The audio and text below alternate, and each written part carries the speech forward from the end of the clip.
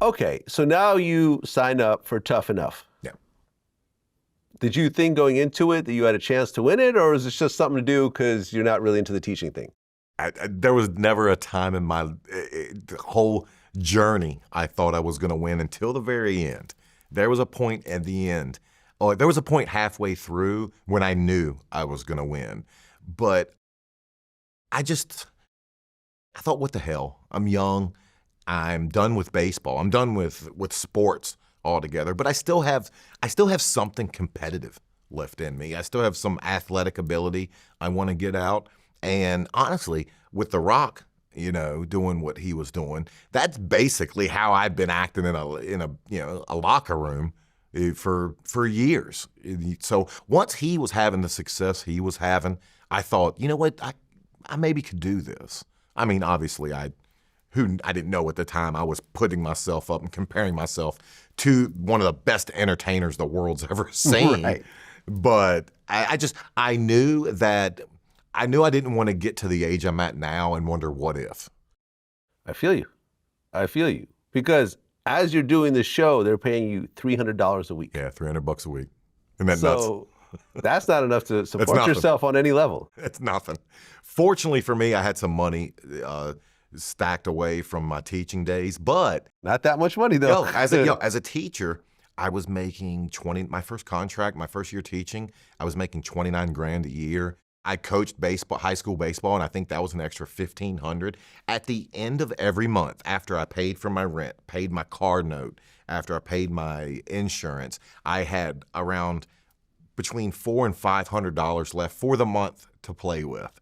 That's tough. Yeah, I feel you, man. That's tough. But pursuing a dream.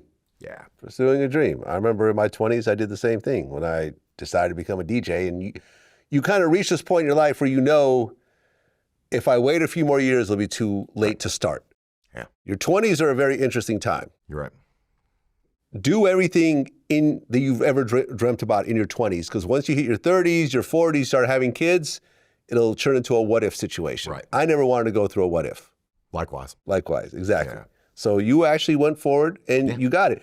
And well, I guess at the time, you're going through the show, your mom had cancer. Yeah.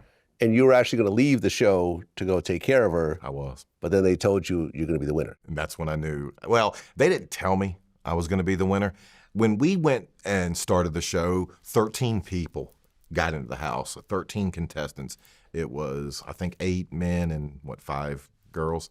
And within 2 weeks, I think 8 people quit.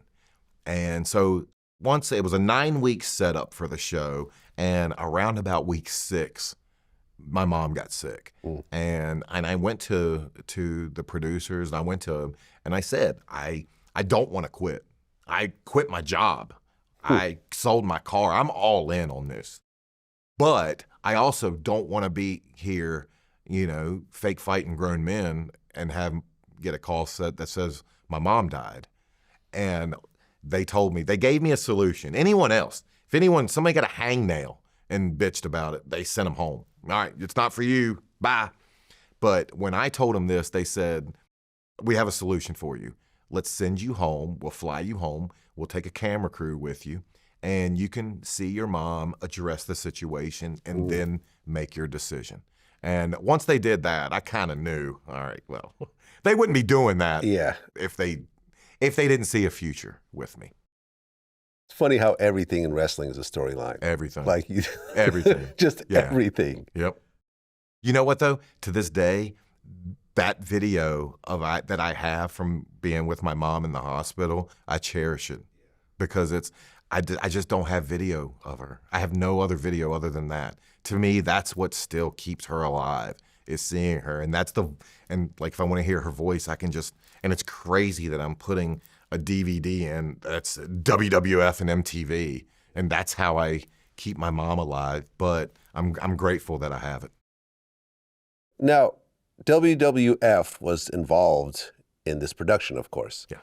Was Vince McMahon showing up to the set or anything else like that, or was he pretty hands-off? He showed up once. He was hands-off until the very end. And then he showed up once, obviously, for camera, came and he watched, and they made us all do matches or what we could do of a match, with our ability level at that point. And then they had Vince interview all of us one at a time. And so he was hands off until the very end, and then he put his thumbprint on it.